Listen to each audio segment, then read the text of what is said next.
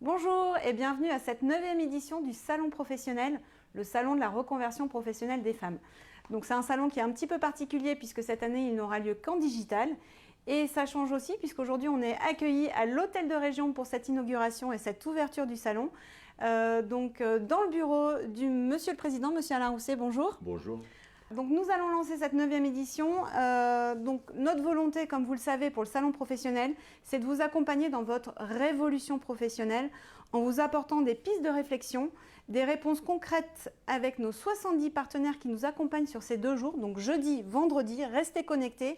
On a confiance dans ce nouveau format. On sait que vous allez trouver toutes les solutions, toutes les réponses ou toute l'inspiration auxquelles vous attendez sur ces 2 jours.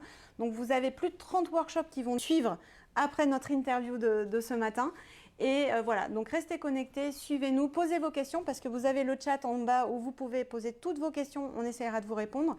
Et si vous regardez sur l'écran en haut, vous avez Camille qui sera présente aussi, que vous pouvez activer le Click and Meet cette année, c'est cette nouvelle fonction où elle est là pour vous donner toutes les réponses à vos questions pendant tout le salon. Donc restez connectés avec nous jeudi et vendredi. Monsieur le Président, donc la région nous accompagne déjà depuis 3-4 ans sur le développement professionnel à la fois à Bordeaux et à Poitiers. La formation est une compétence de la région. Comment accompagnez-vous l'emploi et la formation, notamment sur des secteurs qui sont plutôt dits masculins, secteurs comme le numérique par exemple? Sur le secteur de la formation, du numérique et de l'accessibilité de ces métiers, il y a bien entendu tout un dispositif qu'on coopère souvent avec l'État d'ailleurs, dans le cadre du plan de relance. Ça s'appelle le chèque numérique, ça s'appelle des formations accélérées, y compris avec la structure d'association du droit des femmes. Et donc il y a tout ce dispositif, le dispositif d'information et d'orientation, bien entendu. Et d'ailleurs, on s'aperçoit que la région est très attractive sur ces métiers du numérique, même s'il reste encore beaucoup de travail à faire pour nos PME notamment, pour les mettre sur le digital. Effectivement, la formation est un des enjeux principaux au niveau de la reconversion professionnelle. Voilà, une bonne formation, ça permet aussi de pouvoir changer soit de secteur d'activité, soit améliorer ses compétences et évoluer dans son job, en tout cas. Donc, comme je le disais tout à l'heure, notre association est accompagnée par la région dans le cadre du PAR, donc le plan d'action régional sur l'entrepreneuriat au féminin. Quelles autres actions mettez-vous en place contre les discriminations dans l'entrepreneuriat ? Sur les actions contre les discriminations, on a un dispositif qui est qui ruisselle sur l'ensemble des territoires, qui est souvent en partenariat avec les services de l'État, d'ailleurs, et qui s'adosse au monde associatif, qui permettent à la fois d'accompagner les femmes qui sont en souffrance, mais aussi qui permettent d'informer sur leurs droits, sur tout ce qui est lutte contre les discriminations, un effort auprès des entreprises aussi, pour qu'il y ait une réflexion sur les rémunérations, l'égalité des formations, l'égalité des promotions, en essayant d'être exemplaire aussi au niveau d'une région, bien sûr, de l'entreprise région elle-même. Et ces associations sont accompagnées financièrement, l'État, la région, les départements, en règle générale, dans le cadre de ce plan d'action sur la réduction des discriminations. Donc merci beaucoup pour effectivement tout l'accompagnement et notre association en bénéficie ici également. Et pour terminer, la crise sanitaire, l'impact de la crise sanitaire en tout cas a accentué les inégalités sociales aujourd'hui.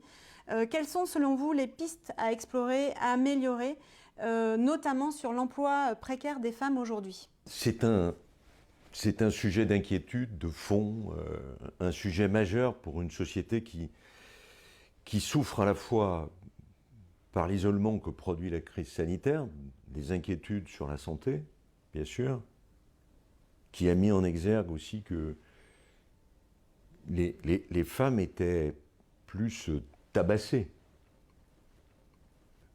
y compris dans le confinement. Hein, tout cela a été documenté assez largement, et il faudra qu'on s'occupe de la sortie de cette crise. Ça me semble être un élément, un défi majeur pour tous les pouvoirs publics. Le monde associatif qui aura un rôle très important à jouer. Sur le strict aspect de cette crise sanitaire, de ce qui est de la compétence de la région, le personnel soignant, puisque les régions forment aides-soignantes, infirmières, infirmiers, etc., et que la part des femmes dans ces métiers est de plus en plus importante, avec un rôle, y compris dans le rôle d'auxiliaire de vie, de plus en plus important pour le maintien des personnes âgées à domicile.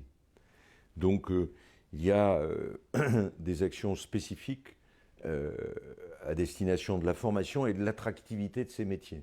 La région ne peut pas tout parce que ce n'est pas elle qui fixe la rémunération, mais c'est elle qui fixe, par exemple, le montant des montants financiers attribués aux différentes écoles d'infirmières et la qualité des formations. Après tout, une infirmière, c'est une étudiante ou un étudiant d'enseignement supérieur. Donc ce sont des petites universités qui sont réparties sur tout le territoire. Mais il y a l'ensemble de ces métiers, et puis il y a bien sûr la nécessité de réfléchir à la valorisation de ces métiers aussi sur les territoires en termes de rémunération, en termes de conditions de travail, en termes de perception, en termes de présence aussi fine sur chacun des territoires. Mon sentiment, c'est que demain l'infirmière aura une partie du rôle du médecin à l'égard de certaines pathologies qui sont des pathologies longues.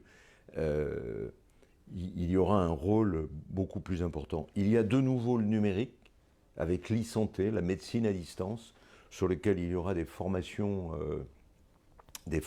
à avoir. C'est cet ensemble-là sur lequel, dans le modèle français d'action publique qui n'est pas décentralisé, il faut que nous ayons notre part, que la région ait sa voix, sa part, ses propositions dans ce contexte. Mais l'inquiétude que j'ai aujourd'hui et sur laquelle tous les pouvoirs publics doivent se mobiliser, c'est comment on sort de cette crise. Comment on sort de cette crise ? Dans l'emploi, dans la vie sociale elle-même, pour les jeunes femmes en études, puisque dans le cadre des aides qui ont été attribuées par l'ensemble des collectivités, ce sont aussi, au-delà de la nourriture, ce sont aussi tous les produits d'hygiène qui peuvent exister pour accompagner ces jeunes femmes. Merci beaucoup. Effectivement, les femmes ont besoin d'être aidées en sortie de cette crise sur plein de plans sociaux et accompagnées par rapport à l'emploi. Donc, nous allons lancer ce premier salon en digital sur Bordeaux et sur la région. Voilà, dans quelques minutes, vous allez retrouver notre premier workshop. Donc aujourd'hui, on était reçus dans le bureau du Monsieur le Président Alain Rousseau.